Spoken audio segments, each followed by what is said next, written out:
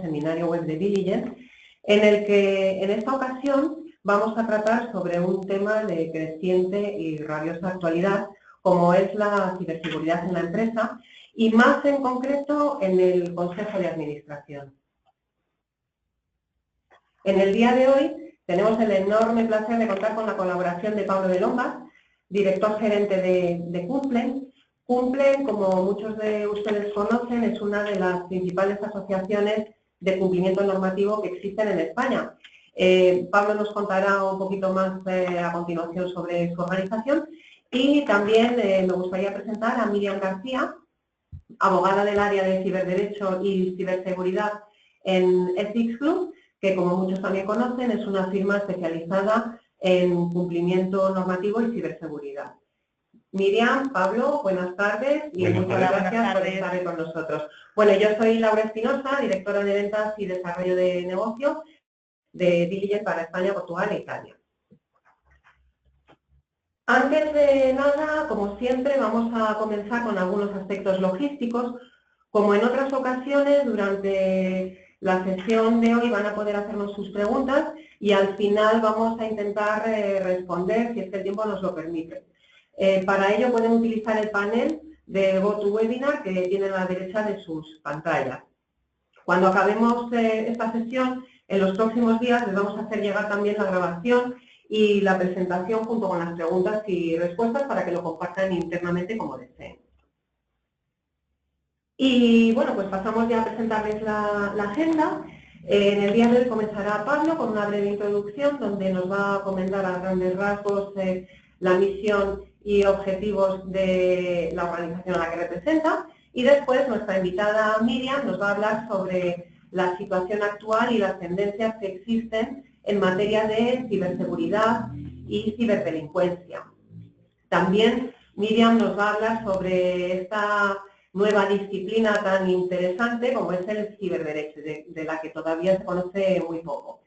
Después, y enlazando con esto, desde Diligent les vamos a hablar sobre algunas prácticas que a día de hoy están muy extendidas en los consejos de administración y que ponen en riesgo la confidencialidad de una información que es crítica y altamente estratégica. Al final de la presentación, como decíamos, intentaremos responder a las preguntas que nos hayan hecho a través del panel, después de hacer, bueno, pues una serie de conclusiones de todo lo que vamos a debatir ahí. Y sin más, voy a ceder la palabra a Pablo para que dé inicio a la presentación. Pablo, cuando quieras. Muchas gracias. Muchas gracias, Laura. Antes que nada, agradecer la invitación de Diligent para participar en este seminario web.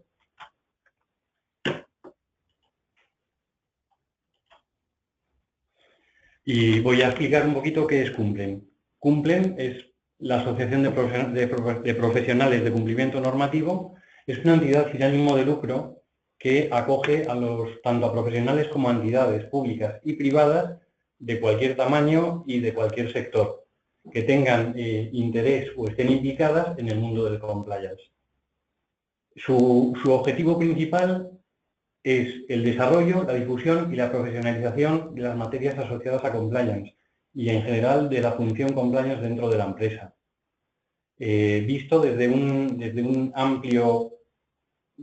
una visión lo más amplia posible en el cual hay muchas áreas incluidas. ¿Por qué Cumplen? Porque la función de cumplimiento normativo es ya una realidad y una necesidad en todo tipo de compañías y sectores. El compliance tiene la entidad y la madurez suficientes como para ser un objeto principal dentro de una asociación. Y es necesario profesionalizar sobre todo la figura de compliance officer porque no se sabe muy bien qué es lo que contiene, cuáles son sus obligaciones, cuáles son sus requerimientos, etc. Y la gran presión regulatoria que hay y que vendrá próximamente, que estarán incrementándose. Como partners,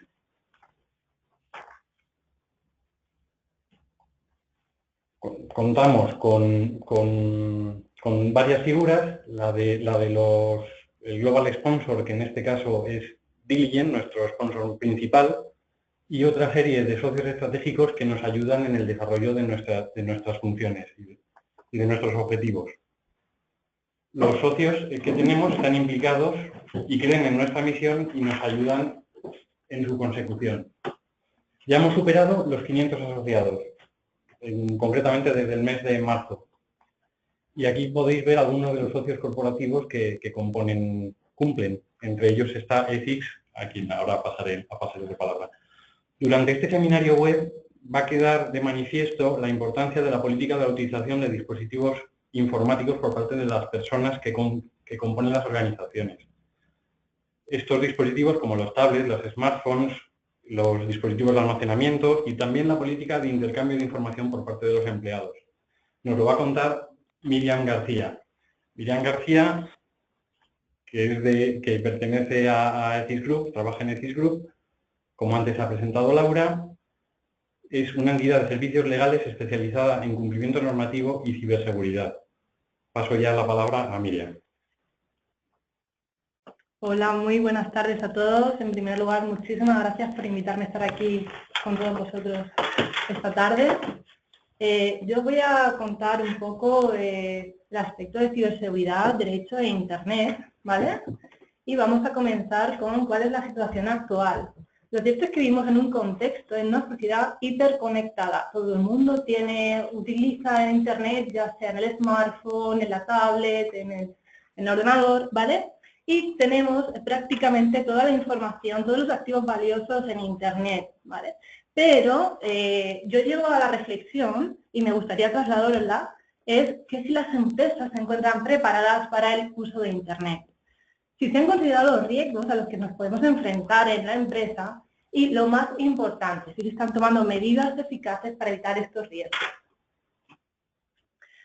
Pero esta situación no es que os la cuente yo porque sí, sino que desde 2014 España lleva a la cabeza del cibercrimen. Esto es una noticia que ya tiene un par de años, pero sigue siendo así, ¿vale? La ciberdelincuencia mueve ya más dinero que el narcotráfico en el mundo, es decir, es un negocio muy lucrativo, aunque ilegal, pero lucrativo. Y además, esto es una cosa que debe preocupar a todo el mundo, a grandes, a pequeños e incluso a estados, ¿vale? Ante esta situación tenemos dos opciones, o bien aceptar que los riesgos existen y tomar medidas, o bien hacer que no existen, que es lo que hacemos la mayoría, ¿vale? Que está muy mal, poniendo en peligro nuestros activos. Y llegados a este punto, yo quería trasladaros cuáles son la problemática específica jurídica que nos encontramos en Internet, porque hasta que no tenemos el problema no somos conscientes de que esto es así, ¿vale? Os traslado 4 interrogantes que vamos a ver ahora. El primer lugar sería cuando tenemos un ciberincidente, cuando hemos tenido un problema de un hackeo en la empresa, hemos perdido información, ¿vale? ¿Dónde tiene lugar o se origina el ciberincidente? Bueno, esto parece una obviedad, pero no siempre somos conscientes de ello. Internet no es territorial, el mundo físico sí, pero Internet no. Y determinar territorialmente dónde se origina el ciberincidente normalmente no es nada sencillo, porque los ciberdelincuentes normalmente no utilizan IPs transparentes, ¿vale? Utilizan los medios que da Internet para despistar, ¿vale?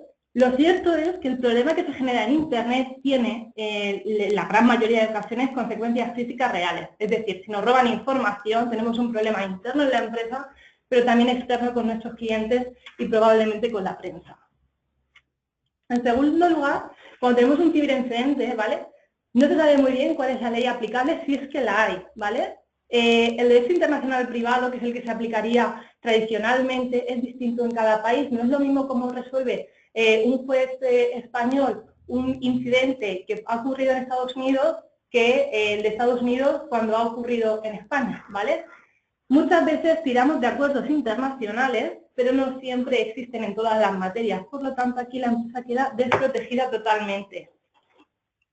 Y lo mismo ocurre con la jurisdicción, es decir, los jueces en la gran mayoría de ocasiones no tienen competencias para aplicar la legislación española cuando el ciberincidente ha tenido lugar en otro país, aunque la víctima sea española, ¿vale?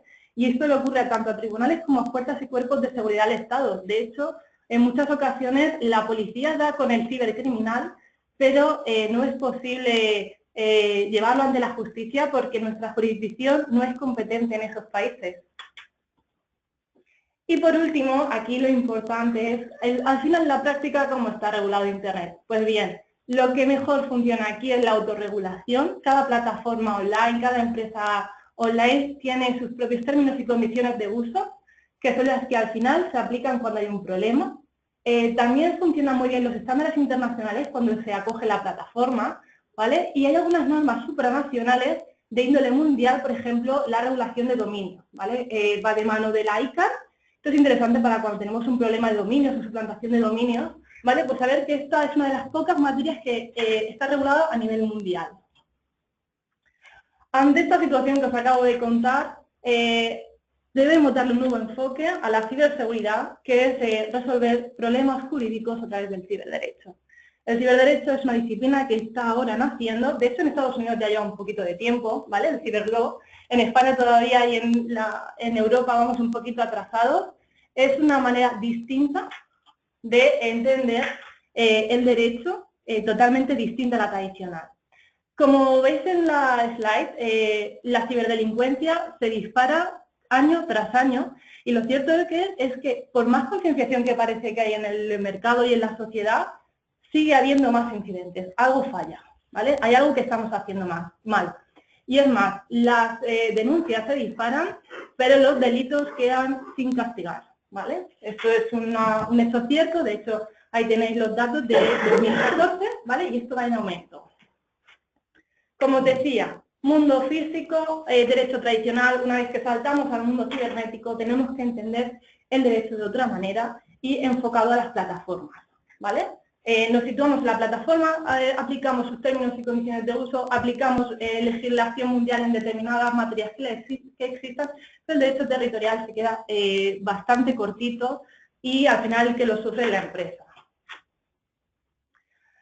Os adelanto, aunque no voy a entrar mucho en esto, y es que Internet no es un bien de dominio público, ¿vale? Y los estados no están representados, lo cual significa que los jueces tampoco tienen efectividad en Internet, es decir, el principio de territorialidad en Internet queda diluido y el juez solamente tiene competencia en su territorio y en aquellos lugares donde tenga acuerdos internacionales del Estado, pero ya está, ¿vale? Y es más, en Internet la pirámide normal, la tradicional, se invierte. Si en un Estado, por encima de todo está la Constitución y las leyes, luego las empresas y finalmente los ciudadanos, ¿vale? Esto es resumido, ¿vale? No es fiel, pero más o menos es una representación. En Internet esta pirámide se invierte, ¿vale? Por encima de todo estarían los usuarios, que al final son los que utilizan las plataformas, ¿vale? Y las leyes quedan en último lugar, si es que las hay. Yo espero que en un futuro haya leyes a nivel mundial en determinadas materias, ¿vale? Para que las empresas no queden desprotegidas ante un ciberincidente, pero lo cierto es que esta es la situación hoy en día. Como conclusión final, y aunque esto ya es un tópico, el ciberespacio ha venido para quedarse, nos guste más o menos. Internet está creciendo día a día, de hecho lo vemos con el Internet of Things o pues todos los dispositivos conectados, las bombillas, frigoríficos, microondas conectados a Internet, que bueno, que esto parece que se queda en casa, pero en realidad también va a llegar a la oficina cuando tengamos todo conectado. Y en este sentido, y para vosotros en las empresas, la adopción de medidas de prevención de estos riesgos es fundamental para evitarlos. Y bueno, aquí ya paso a mi compañera Laura. Pues muchísimas gracias, Miriam. Bueno, me ha parecido súper interesante, espero que para ustedes también lo haya sido. Está claro que los delitos cibernéticos están en auge y está claro que la previsión es que continúen aumentando de forma exponencial en los próximos años. Algunos datos que me han resultado realmente sorprendentes y escalofriantes también en la presentación de Miriam es, por ejemplo, el dato de que la ciberdelincuencia mueve ya más dinero que el tráfico de drogas.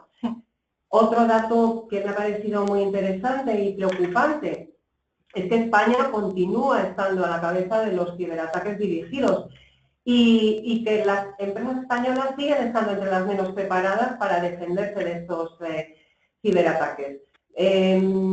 Ya sabemos que las consecuencias del robo de de datos conllevan a pérdidas económicas significativas, hablábamos de, creo que eran 14.000 millones de euros, y luego aparte están los daños que tiene para la reputación y para los propios clientes, ¿no? Por tanto, la seguridad de la información debería de estar en el ADN de cada organización, ya que todas y cada una de las partes implicadas en la empresa tiene que contribuir a proteger la información corporativa. Tenemos que contribuir, me gustaría decir. Y el Consejo de Administración es quien tiene que liderar, con el ejemplo, tiene que liderar esta cultura de seguridad y confidencialidad. Sin embargo, lo que nosotros nos encontramos a menudo en muchas empresas es que la realidad es que, bueno, yo me gustaría lanzar esta pregunta al aire. ¿El Consejo de Administración está protegiendo debidamente la información más estratégica y más confidencial de sus compañías? Porque lo que nos encontramos es que a día de hoy, en realidad, todavía se sigue intercambiando esta información por métodos no seguros, como pueden ser el correo electrónico o documentación impresa que se entrega en mano y que luego pues, no se sabe dónde va a terminar. Muchas veces esto se debe a que el hecho de que el Consejo es un ente que está por encima de la organización queda excluido de las políticas de seguridad de la empresa y de forma errónea los departamentos de sistemas pueden esperar o pueden pensar que este rol le corresponde a otra persona, como puede ser el secretario del Consejo o como puede ser el Departamento de Asesoría Jurídica. Y al final, bueno, pues como decíamos, se quedan fuera de los procedimientos estándares de seguridad que se implementan, ¿no? Y bueno, algo que hemos comentado aquí también en Petit Comité y que vemos a menudo es que parece a veces que el Consejo tiene carta blanca a la hora de actuar y que lo que no está bien visto a otros niveles en la empresa, a nivel de Consejo, sí se le permite. Con lo cual, bueno, pues estamos incurriendo en unos riesgos importantes, ¿no? A la hora de tratar esta información tan estratégica y confidencial, como decíamos. Otro dato importante que hay que tener en cuenta es que está demostrado que la principal amenaza para la seguridad de una organización seguimos siendo nosotros mismos, los empleados, las partes implicadas, los miembros del Consejo, es decir, todos y cada uno de nosotros. Podemos implementar sistemas de seguridad complejos, políticas de seguridad sofisticadas, pero al final los que gestionamos la información, los que la accedemos, necesitamos trabajar con ella para hacer nuestra función, desempeñarla, somos los empleados. Y el acceso a esta información está introduciendo riesgos que vienen de la mano, ya no solamente de un empleado malintencionado, sino de un empleado o una persona que por desconocimiento, por desinformación o por error, pues puede adoptar una actitud de riesgo.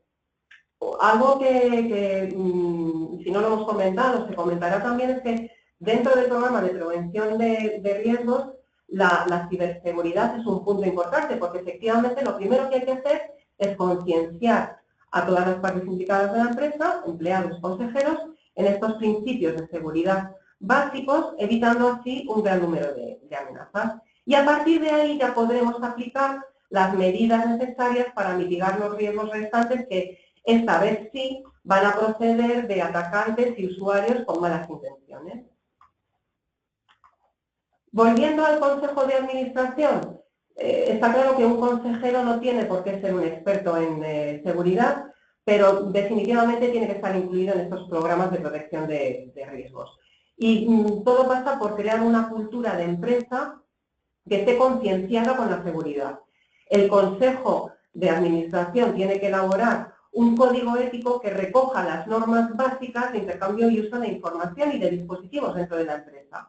Y también el Consejo de Administración, aparte de predicar con el ejemplo, como decíamos, tiene que ser consciente de estos conceptos erróneos que existen sobre seguridad, que están ampliamente extendidos y que nos están poniendo en riesgo. Y esto es lo que vamos a pasar a comentar ahora, ¿no? Estos conceptos erróneos sobre seguridad de la información. El primero de ellos, que vamos a comentar y que muchos de ustedes se sentirán identificados. El primer mito es el que el correo electrónico de mi trabajo, que es seguro. Esto naturalmente es un mito, no es una realidad. ¿Por qué? Todos lo sabemos. Una vez que yo envío un correo electrónico, pierdo absolutamente todo el control sobre ese correo. A partir de ese momento, en el momento que yo le doy al botón de enviar, ese correo puede ser reenviado a una lista de personas que no tiene por qué recibirlo, pues muchas veces por error, porque simplemente Outlook te autocompleta la lista de destinatarios y no te has dado cuenta. Que tire la primera piedra el que alguna vez en su vida no haya reenviado un correo electrónico a quien no debía por error. Yo soy la primera que me acuso a mí misma de haberlo hecho, lo reconozco. También tenemos que tener en cuenta que dentro del consejo muchas veces los consejeros no tienen cuentas de correo de la empresa y reciben la información del consejo en sus cuentas personales, pueden ser de Gmail o de Hotmail, con los riesgos que esto conlleva. Por tanto, el correo electrónico efectivamente es una forma rápida, sencilla de colaborar, pero en absoluto segura. Vamos a pasar ahora a otro de los conceptos erróneos, que yo lo he oído muchas veces. No, yo mando la documentación en PDF, pero lo protejo con una contraseña. Por supuesto, esto es otro mito y no tiene nada que ver con la realidad. Mismamente ayer, en una búsqueda que hice en Google, para ver cómo se podía desbloquear un PDF protegido con una contraseña, me aparecieron, como pueden ver, más de 3 millones de resultados.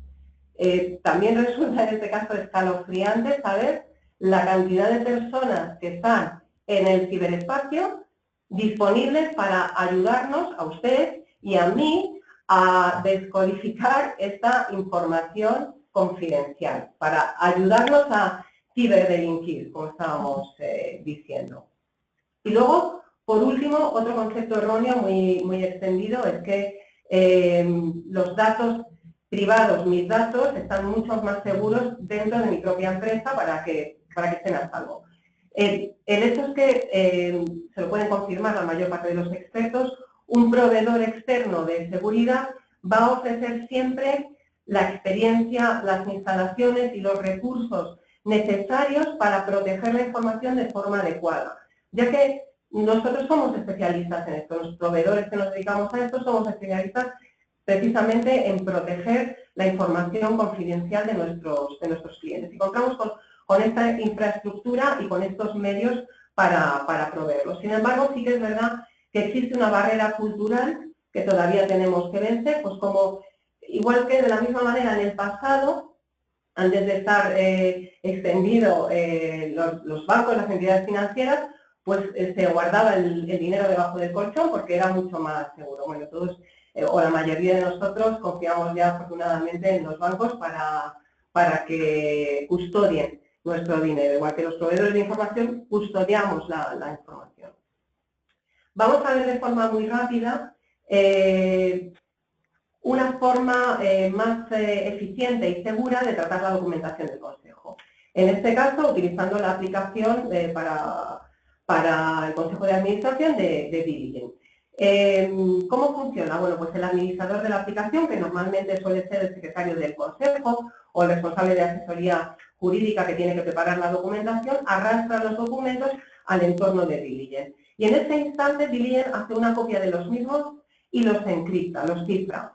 Encriptar la información es una de las medidas más eficaces para proteger un fichero y hacerlo inaccesible para que otras personas lo puedan acceder. En el caso de Diligent utilizamos cifrado de 256 bits, que, bueno, pues si ustedes no lo saben, a mí me lo han contado, yo no soy experta en seguridad, pero me comentan los expertos que tardarían miles de millones de años en hackear con éxito el cifrado de 256 bits. Como decía, los documentos sensibles del Consejo se cifran mientras viajan a nuestro centro de datos donde son almacenados hasta que se necesitan.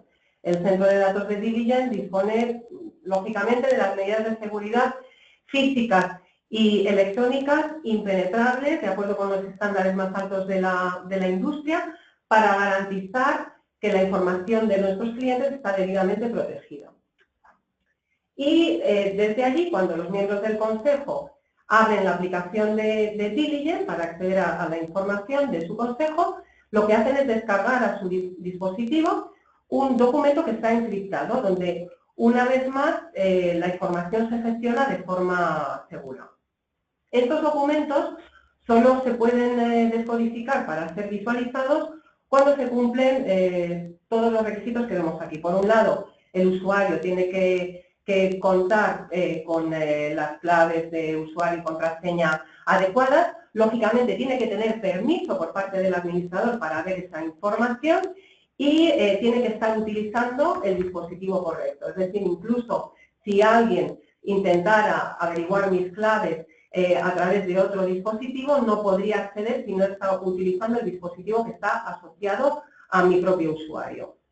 Y lo que vamos a ver ahora es algunos ejemplos estos son pantallazos de la aplicación de Diligent, donde podemos ver, bueno, pues cómo se gestiona la aplicación, cómo se accede. Se accede a través de una app, ahí vemos cómo se introducen las claves de usuario, y incluso si cometo error a la hora, varios errores, creo que son 3 o 4 intentos fallidos, el centro de soporte de Diligent recibe una alerta, el centro de soporte de Diligent que está activo las 24 horas del día, los 365 días del año, recibe una alerta, que es otra forma de detectar también accesos indebidos. Muchas veces es simplemente un olvido de la contraseña, en este caso, bueno, pues contactan con el usuario, verifican la identidad y tras verificarla proceden a darle alta las nuevas claves.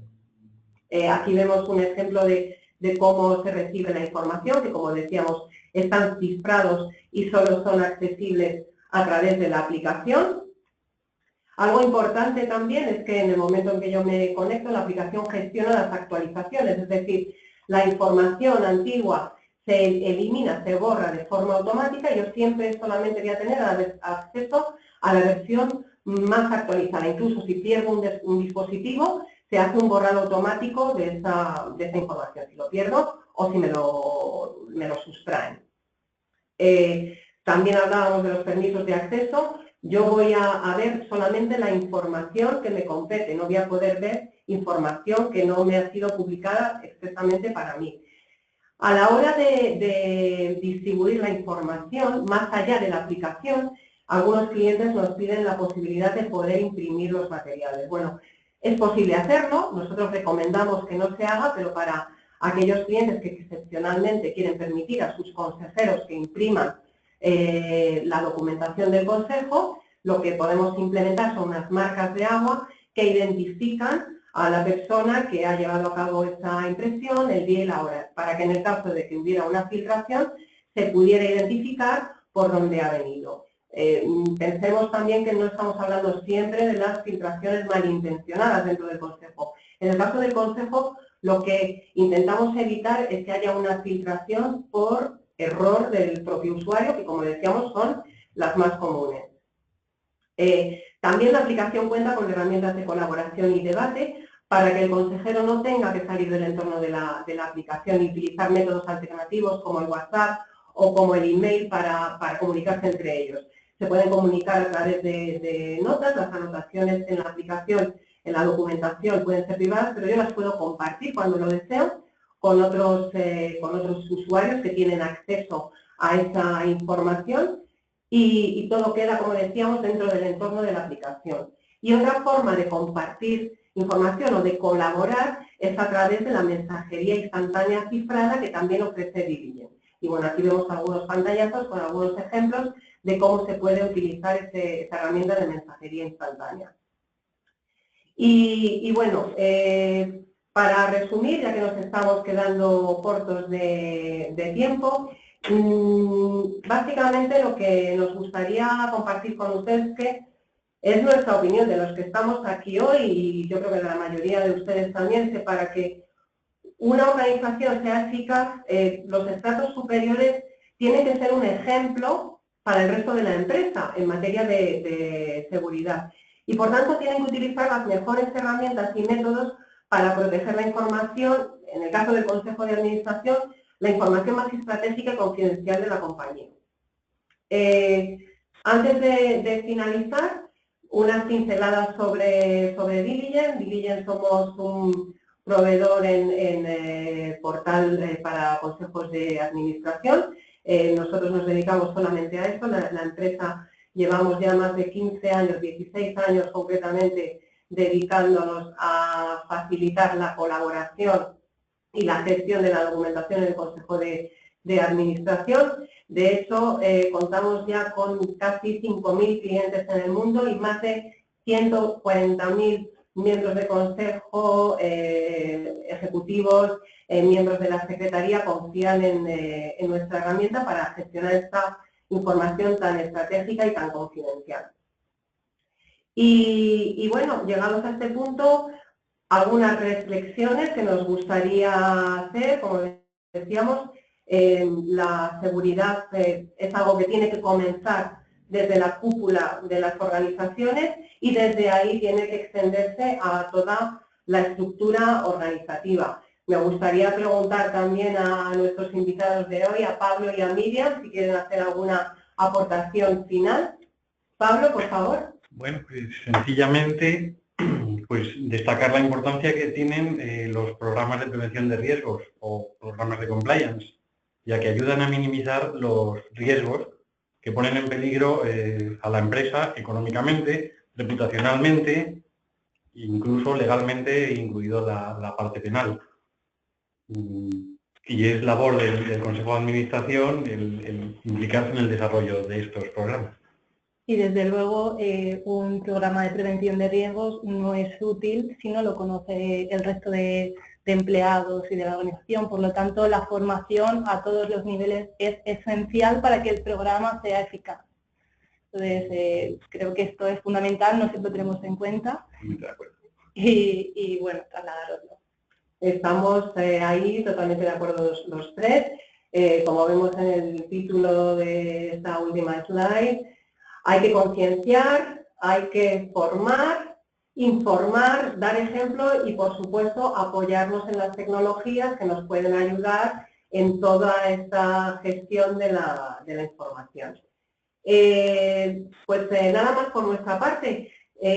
Queremos darle las gracias a todos, por supuesto, gracias a nuestros invitados, gracias Pablo, gracias Miriam. Gracias a vosotros. Muy interesante vuestra aportación. Aquí tienen nuestros datos de contacto, si alguno de ustedes desea hacer alguna pregunta, estaremos encantados en responderlas. Creo que tenemos una pregunta que nos ha llegado a través de nuestro panel, si nos lo permiten vamos a intentar responderla.